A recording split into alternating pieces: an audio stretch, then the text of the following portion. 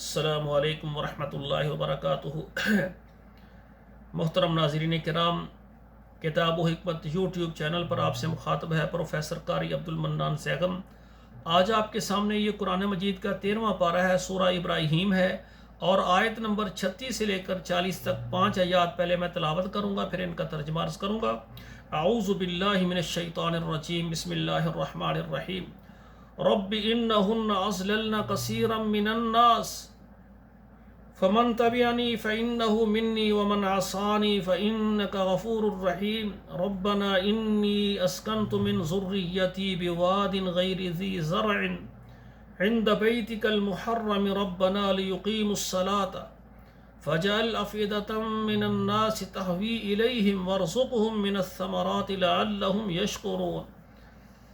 ربنا انك تعلم ما نخفي وما نعلن وما يخفى على الله من شيء في الارض ولا في السماء الحمد لله الذي وهب لي على الكبر اسماعيل واسحاق ان ربي لسميع الدعاء رب اجعلني مقيم الصلاة ومن ذريتي ربنا وتقبل دعاء۔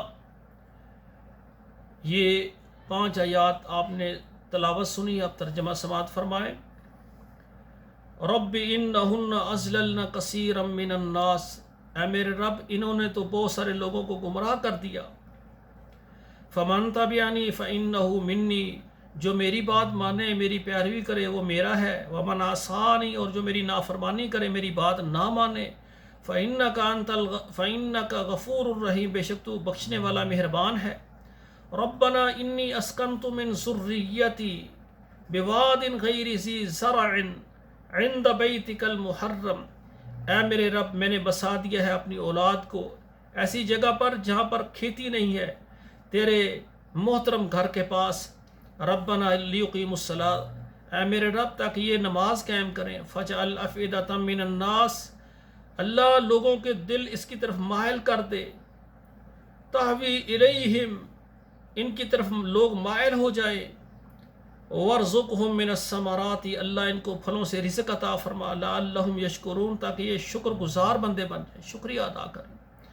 ربنا انک تعلم ما نخفی وما نعلن، اے رب ہمارے تو جانتا ہے جو ہم ظاہر کرتے ہیں اور جو ہم چھپاتے ہیں۔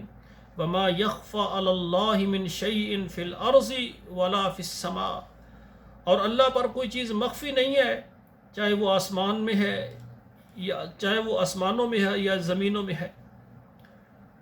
زمین و آسمان میں جو کچھ ہے اللہ کے سامنے ہے، اللہ سے کچھ مخفی نہیں ہے۔ الحمدللہ الذی، سب تعریفیں اللہ کے لیے، یعنی میں اللہ کا شکر ادا کرتا ہوں۔ وہب لی علی الکبر اسماعیل و اسحاق، جس نے مجھے اندھیر عمر میں یعنی بڑھاپے میں مجھے اسماعیل اور اسحاق یہ بیٹے عطا فرمائے۔ ان ربی لسمیع الدعاء، بے شک میرا رب دعاؤں کو سننے والا ہے۔ رب اجعلنی مقیم الصلاۃ، اللہ مجھے نماز پڑھنے کی توفیق عطا فرما۔ ومن ذریتی، اور میری اولاد بھی نماز پڑھتی رہے۔ ربنا وتقبل دعا، اے رب ہماری اس دعا کو قبول فرما۔ تو میرے ناظرین محترم، یہ آیات 5 آپ کے سامنے ترجمے کے ساتھ پڑھی ہیں، ان کو آپ یاد کریں، بچوں کو یاد کروائیں، اور اپنے موبائل میں جتنے واٹس اپ نمبر ہیں وہاں شیئر کریں، فیس بک میں شیئر کریں، تاکہ یہ درس آپ کے لیے اور میرے لیے یہ صدقہ جاریہ بن جائے۔